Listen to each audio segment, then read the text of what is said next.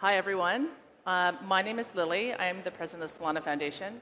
I got into crypto when it was only Bitcoin back in 2013 and 2014. 10 years later, I still always remember some of the original things that brought me to Bitcoin and into blockchain. And one of the things that really got me excited about blockchain and what Bitcoin could possibly do was this original vision of programmable money.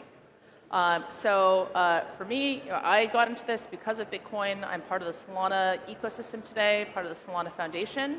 But to me, these are still parts of an overall kind of industry and a mission that we're all on to broaden financial access and really reinvent the Internet of Money. All right, so what is the original vision for blockchain? Well, it's actually on the Bitcoin white paper. The title of the Bitcoin white paper is a peer-to-peer electronic cash system. It's not Bitcoin digital gold for the next century or something like that, right? So what did Bitcoin sort of propose, not just literally what's in the white paper, but what was kind of the vision and why it becomes significant? Well, it started off with a technical mechanism that allows algorithmic kind of protection of digital property rights through self-custody. So this is an image of the original Bitcoin Genesis wallet. And the reason why this becomes significant is with self-custody, you can have digital property rights in an increasingly digital world. Also what it means is that with the advent in 2015 of smart contracts and what Ethereum brought to the blockchain space, then you could have programmable money.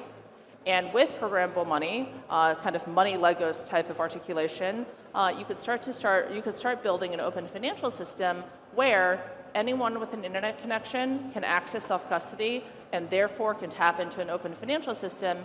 Ergo, everyone with an internet connection has a bank account, right? We've probably all used these things in the past. Etherscan, you've probably done a swap or done something in DeFi on chain. And it's amazing, it's transformative. There's just a couple of things that actually do limit financial access, which is that on a really important day, if you're going to swap, it could cost you $800. And that's something that you can afford if you're a whale and trading $1 million. Okay, fine, that is what it is. But if you are a regular person trying to use DeFi, that's prohibitive. And furthermore, why this is important is because with self-custody, being able to access an open financial system, what that now puts in the hands of basically anyone with an internet connection is access to economic sovereignty. And economic sovereignty itself is important because economic sovereignty is the basis for greater forms of self-sovereignty. And as so many things in this world have moved into the digital realm, being able to actually own something in a digitally native environment is critical. And this is not something that only even came around with Bitcoin in 2008. If anyone's ever read this book, I consider this book to be really required reading in blockchain. There's kind of like this 20-page section, which is really a blueprint for Bitcoin. And just to read you one of many choice passages in there, new technologies will allow the holders of wealth to bypass the national monopolies that issued and regulated money in the modern period. The importance of controlling the world's wealth will be transcended by mathematical algorithms that have no physical existence. Sound familiar, right? So, all right, so going back to kind of what the original Bitcoin story was and how this evolved over time. About 10 years ago, there was a lot of discourse, a lot of open discourse over what exactly is Bitcoin, which at the time was really analogous for really this entire concept of what blockchains were. So there's a lot of discourse, is it store of value, is it a medium of exchange, or is it really a technology platform? And if you look back about 8 to 10 years, there was a lot of discussion around this, and different parts of the industry, the core devs, the app builders, the investors had different perspectives on this. Today, we take it for given that what Bitcoin became was digital gold. That affected the roadmap, meaning the idea that there should not really be a technology roadmap for Bitcoin because Bitcoin is not a technology platform. Okay, it's doing great. We all love Bitcoin. But then the question is, these two other things are also important. And so who's doing something about this? Medium exchange technology platform. In my mind, everyone that came after Bitcoin, including Ethereum, including Solana, including many, many others, are really focused on building out this vision. It's pretty different than trying to be digital gold, and no one else gets to be digital gold. Okay, so following the original kind of vision of Bitcoin, now there were some early innovators on talking about blockchains for payments.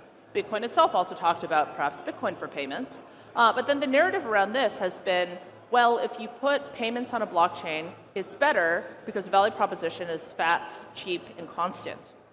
The issue that I have with this value proposition is I think it's not good enough. I think that whenever you have new technologies, those technologies have to enable new markets. It's not just about taking the thing that you do today and putting it on a new platform in the same way that about 30 years ago when Web 1 came about and we were all chatting with our friends on AIM, a lot of folks thought, over 90% of the folks thought that for sure Time Warner was going to own the internet because we're just going to take all of that content and we're going to put the newspaper online because it's faster, cheaper, and constant, right? So we always have this narrative, okay, this new technology is going to make that other thing that we already do fast, cheap, and constant, but it never actually really works out like that. Because what technologies really are here to do is to reveal, organize, and monetize long-tail markets. So going back to the content example, back on Web 1, we were all using Blogger, and that was really the advent of what was revealing this long-tail market around content creators and content consumers, which is all of us. Similarly, Uber or Grab here in Singapore, there's always been latent demand for drivers and riders at any moment, and with new technology, meaning mobile phone, you could actually start to reveal and monetize those markets. So what do we learn from that, and how do we apply that towards Bitcoin, blockchain, and kind of the future of our industry? So in my mind, to summarize, new technologies have to be anchored and really sort of can gain adoption on 10x use cases. Fast, cheap, and constant is good, it's just not good enough. All right, so then the question has been, well, if this has been the vision of Bitcoin all along, why haven't we gotten there 15 years later? Well, in my mind, it's because you have to have three things in the same place at the same time. Performance, again, a lot of people like to talk about fast and cheap. You've probably seen this about Solana before. Fast block times, and then doing popular things like minting NFTs, also very performant. Capital liquidity, this is an important one. You can have a really fast blockchain, but if no one uses it, then it's not useful. So asset liquidity has, over the years, come into our industry, largely in the form of stablecoins, because that is the money that people actually use for everyday life, so medium exchange. And then lastly, developers. One of the hardest things to build after the blockchain network itself, there are two ecosystems with critical mass of independent developer bases. One is clearly EVM, the one that started it all. The second is Solana. So three conditions, you've got to have all three of these things in the same place at the same time. Said more simply, the chain itself has to be fast and cheap, performant. You've got to have critical mass and money that people use, and you've got to have independent developers. And also importantly, you cannot see this as a trilemma. I know we've gotten used to the narrative that everything is a trilemma. If you are only two out of these three, which I think is the current state, then you will never actually be able to build an on-chain economy because you're forced to trade off performance and liquidity unification, which doesn't work for financial products. Okay, so what is PayFi? Isn't PayFi just DeFi? Well, it's not, because the way we talk about DeFi today, it's a trade. The core unit is I send in a token and I get another token back. Whereas when you're talking about payments and settlements, the core transaction is you're sending in a token and you're getting a good or service back. And that's a fundamentally different type of transaction. And what it also means is that a settlement for a good or service, inherently there's a production value behind that transaction, which means that there's a time value of money with each one of these settlements. Okay, so here I'm just going to share three examples of the types of things you could do that you can only do on blockchains. And what's interesting about these is that the kind of core demand for these types of transactions already exists. They just cannot exist in real time at the microtransaction value that you can potentially do on blockchain. All right, so one retail example first. We've all heard of buy now, pay later, Klarna, Affirm. What you could do in blockchain is buy now, pay never. All right, so how would that work? Well, today, Everyone likes to talk about paying for coffee with crypto. You could buy a cup of coffee, let's call that $5, and maybe the credit card company or someone in between goes and actually pays that $5 to the merchant. Instead of actually paying the $5 in cash or whatever it might be, or $5 at the end of the month on your credit card bill, you could take $50 and put it into a lend-borrow, for example, Camino. And the interest from that, the yield from that, could be streamed as a repayment on the $5 of coffee that you just consumed.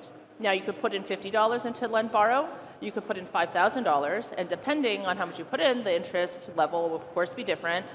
You'd pay it off sooner rather than later. So this is one of the ways that composable finance in crypto, programmable money and composable finance become useful because it starts to collapse payments and savings and investments. A second example is crypto or internet native producers, creators, typically sole proprietors. And if you spoke with a creator, they'd probably be thrilled to be able to finance a video today, and let's say 1 million view videos worth $10,000 over time. They'd gladly take $9,000 today, finance their next production, but this is a type of credit market that cannot exist today, does not exist today for a number of different reasons, partially because the creator business is too small to finance a single asset at that asset. It doesn't make sense and it's not economic, right? These are the types of economies and the types of credit markets that could potentially be created in a digitally native world where the asset, the collateral, the payment, and sort of that entire economic loop can be done online. The third, AP/AR financing. Massive industry. I owe a supplier $100,000. That supplier might take $95,000 today rather than $100K in a month, right, to ease their own working capital requirements. The thing is, in order to access this market, you've probably got to be both in the United States in a very well-developed economy, have 3 years of audited financial statements, have a great relationship with your banker, and finance some critical mass of your business. If you don't fulfill all 4 of those requirements, you basically don't have access to this market, and this is something tons of supply and demand, both on the capital side and also the business side. So 3 examples, and here are some ways where this can actually be architected, really using the tools we already use in crypto today. Payment processing. Payment processors typically fulfill 3 functions because it's sort of vertically integrated on this chart where you have the KYC, they manage the KYC, they also manage the movement of funds, let's say cross-border minimum of 3 days, so you've got to trust that they're actually using your capital to bridge that transaction, and they also manage pay in and payout.